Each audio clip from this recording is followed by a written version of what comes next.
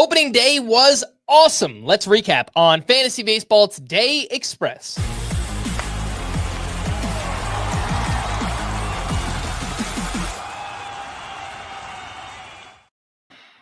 Welcome into FBT Express on Friday, March 28th. I am Frank Stampfl, joined by Scott White. Let's recap some of the biggest headlines from opening day. We have to start with MacKenzie Gore, who had the best start of his career, 6 shutout innings, 1 hit, 0 walks, 13 strikeouts against a really strong Phillies lineup here. Scott, I know you liked MacKenzie Gore as a breakout. This is kind of what it would look like. Yeah, I mean, best start of his career, one of the best opening day starts ever. I believe I read that he and Bob Gibson, only 2 pitchers, 6 innings, no runs, no walks, 13 strikeouts in an opening day start. Yep. And meanwhile, Gore allowed just the 1 hit, too. 8 of his 20 swinging strikes came on the slider, which was quite a bit different from the slider we've seen from Gore in the past. It was down almost 5 miles per hour. Clearly still effective, though. It was just a slower, harder breaking or slower breaking slider. And it seemed like it helped him deal with lefties. Left-handed hitters had always hit MacKenzie Gore well. It was a strange thing, but this slider seems like a better weapon for them. He also introduced a new cutter, which he threw only 6 times, but got 3 whiffs on those 6 pitches. And it seems like an effective offering for right-handers. So a fuller arsenal here for Gore that should help him navigate a lineup better.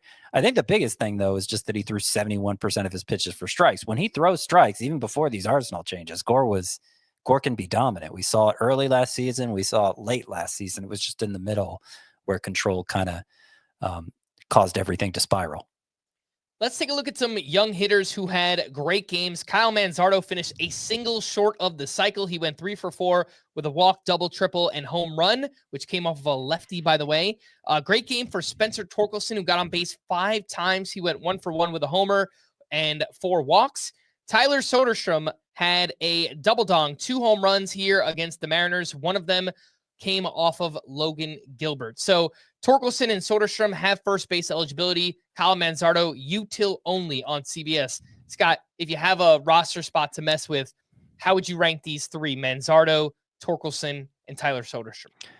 It is a practical tie. So if you have a different view on it, fine. I'm not going to argue it too much. I'm going to go with Torkelson number 1 here. I think he has the highest ceiling and possibly the highest floor, the clearest path to everyday at bats. And if he's going to walk like we saw here in the season opener, there may be even more upside than I'm imagining. I'll go Manzardo 2 over Soderstrom, but notably Manzardo is DH only right now. And so that may make him harder to use. And also notably, Soderstrom could pick up catcher eligibility at some point, which would immediately move him to the top of the list. He does have more strikeout issues, which is why I rank him 3rd. But again, it's a practical tie between these 3. Manzardo, by the way, all 3 of his hits, the double, the triple, the home run, came off a left-hander and a different left-hander each time. So that's a good sign that maybe he'll be able to avoid a platoon role. 2 outfielders who had big games. Wilyer Abreu, 3 for 3 with a double dong, 4 RBI, including a 3-run go-ahead home run in the 9th inning. He had 3 batted balls over 108 miles per hour. And Lars Nootbaar, leadoff Lars, who went 2 for 4 with a home run, 2 runs, and 2 RBI. Scott, who do you like more between Wilyer Abreu and Lars Nootbaar? I think Nootbaar has more upside, and I liked him more coming in. So I'm going to say Nootbaar. He's made an effort. He's redoubled his efforts to elevate to his pull side. And if he does that, he could be in for a huge breakout. I know we've been saying that for years. It's still true, especially if he's hitting leadoff. I like Wilyer Abreu too. I just think it's a bad park, Fenway. It's bad for left-handed home run power. And so that limits his ceiling. Plus, he's probably going to platoon, probably going to sit against lefties. I do like Wilyer Abreu specifically for next week, though. Only 1 lefty on the schedule for Boston, and they have the 4th best hitter matchups. All right, let's take a quick break, and we'll be back right after this.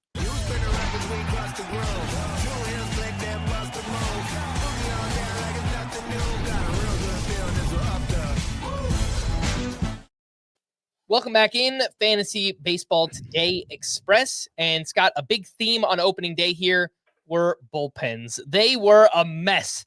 Let's start with the Reds, who were cruising until they got to the ninth inning, where they went with Ian Jabot, who gave up 4 runs and wound up taking the blown save and a loss here. Scott, what is your read on the Reds bullpen after just one game?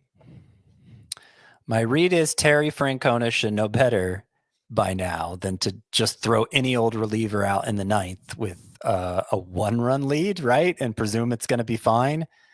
Strange bullpen usage here. Scott Barlow, perfect inning, 2 strikeouts in the 6th. Emilio Pagan followed, perfect inning, 2 strikeouts. Tony Santillan, who Francona has more or less said he is the Reds' best reliever. Perfect inning in the 8th, 2 strikeouts. And then Jabot, a bad reliever, makes for a bad closer, it turns out.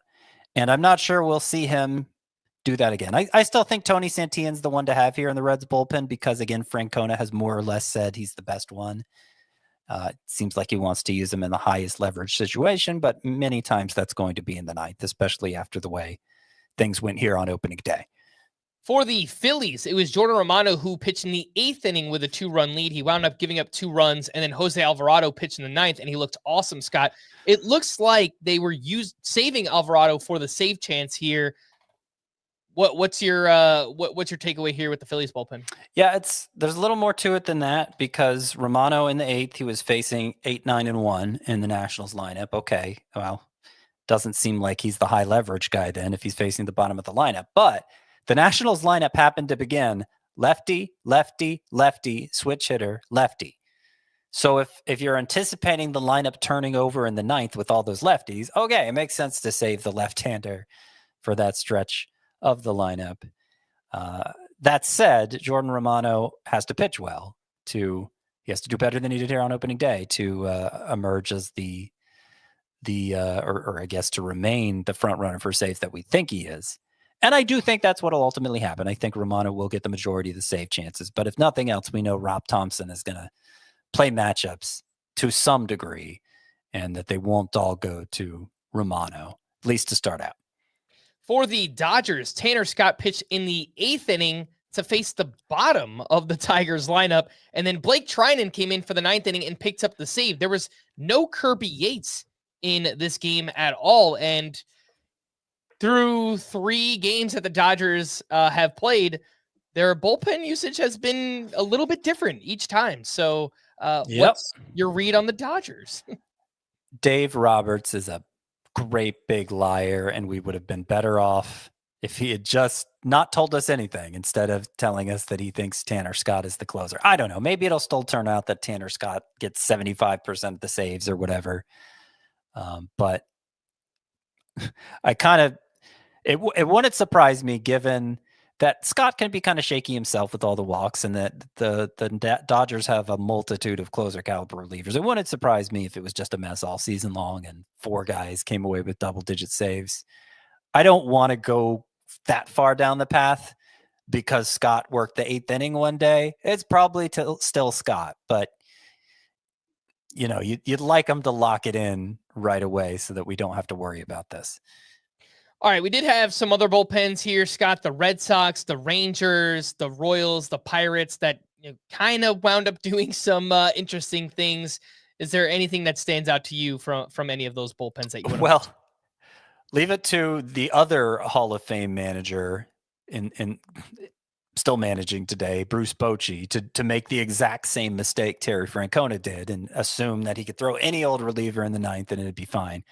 Luke Jackson is not a good reliever and therefore not a good closer. And hopefully Bruce Bochy knows that now. And hopefully he'll switch to Chris Martin. I don't know. We'll see. He was basically floating every name but Chris Martin this spring. So we'll see. But yeah, probably not going to work out for Luke Jackson. The other thing with the Red Sox bullpen, it's interesting. Just a couple days before the season started, Alex Cora said he anticipates Aroldis Chapman getting the majority of the save chances. But he did say, and I quote, if Corey Seager leads off the 8th, he, meaning Chapman, could be used in the 8th. Well, who led off the 8th for the Rangers? it was Corey Seager, exactly. And so Chapman worked the 8th. So if Core's a man of his word there, then he's also probably a man of his word that Chapman will get the majority of the save chances, even though Justin Slayton closed it out on opening day. All right. For more extensive fantasy baseball coverage, listen to our full-length podcast, Fantasy Baseball Today, on Spotify, Apple Podcasts, or anywhere else podcasts are found. Thanks for listening to Fantasy Baseball Today Express, and we will be back again next week. Bye-bye.